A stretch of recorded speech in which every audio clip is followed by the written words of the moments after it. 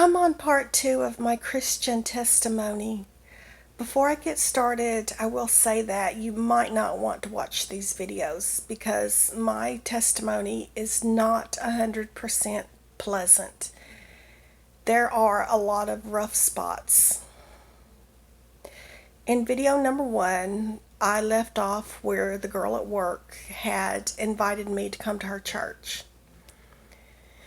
And I said yes. But before I talk about that church, I will say that when I was in high school, I knew that I was not saved.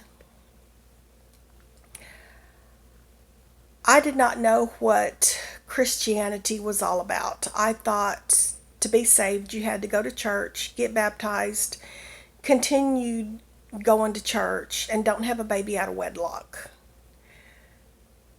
And then when I got out into the world, I knew that I still wasn't saved, but I thought the same thing. In order to be saved, you have to go to church, get baptized, continue going to church, and don't have a baby out of wedlock. Well, I was not going to church when I was out in the world, and I walked on eggshells because I knew that if I died, I would not go to heaven unless God had an awful lot of mercy on me.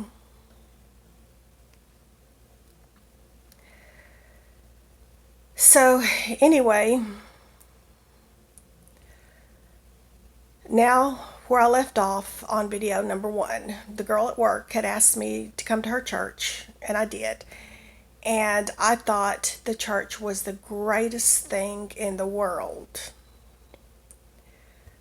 The first couple of times I went, I thought, oh, this is so wonderful. I love this church. It's just so awesome. And then, after I had gone there a couple of times, I saw what the church was really like.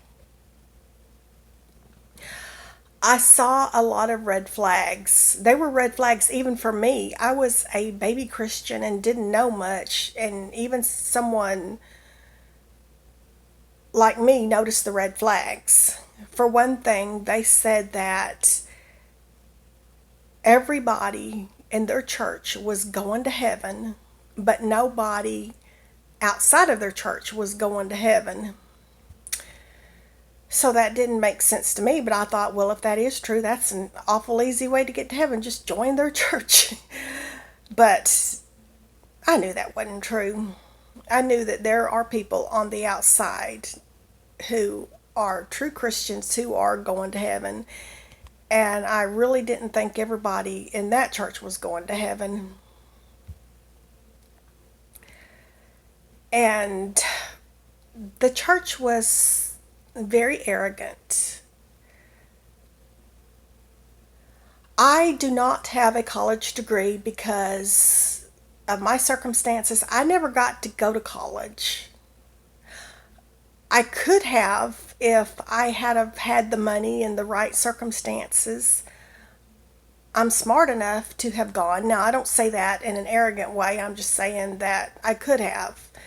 But I didn't get to go. And there were a lot of people there who had high degrees. Now, that's great. I think that's really great. If you can go to college, by all means, do that. But I did feel that there were some people who had degrees who thought that I was low life. They never said in those words that you're low life, but some of the things that they said and the tone of voice they said it was the same thing as them saying, oh, you're low life. And the girl who invited me to come to church,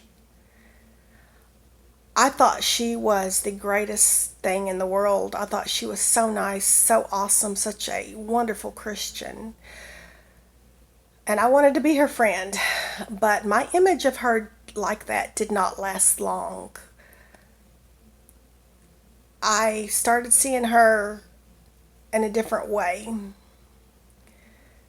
She stopped being nice to me. In fact, she started bullying me and picking on me and belittling me, and she would look for reasons to pick on me about, like, for example, if we was at somebody's house or if we was at a restaurant, she would just be watching me, observing me, trying to find something that I do or say wrong so that she could attack me for it. Oh, and she did attack me plenty of times. And she was really mean to me.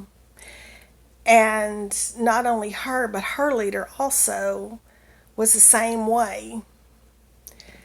And so I would end up going home depressed every time because of the way they belittled me and picked on me. Now, I know, looking back, common sense says, why didn't you just stop going to the church?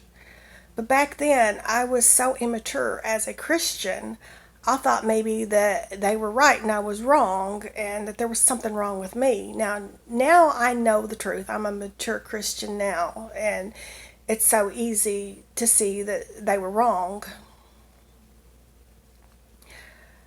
But I didn't see it that way back then, and I was still searching for true Christianity.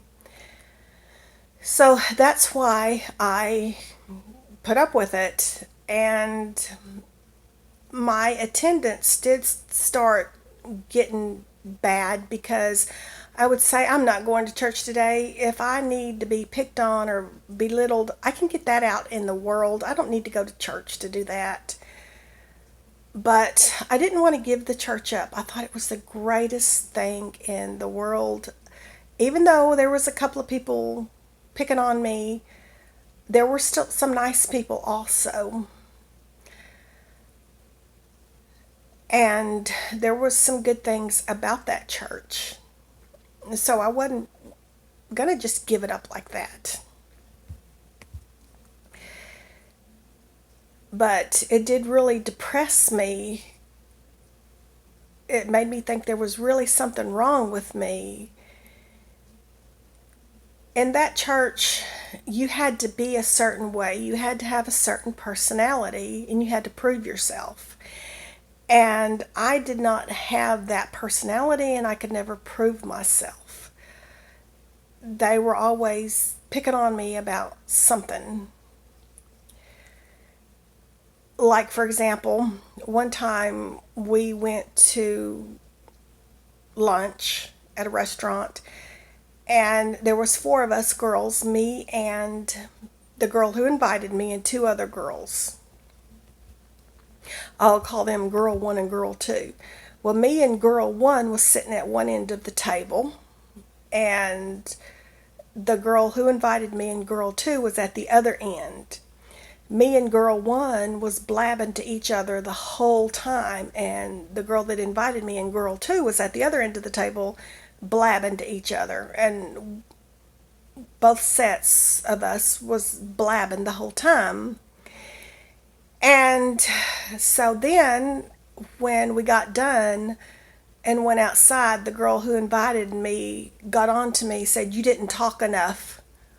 Duh, I was talking the whole time I was there. So anyway, she always found something wrong. So I will continue on part 3.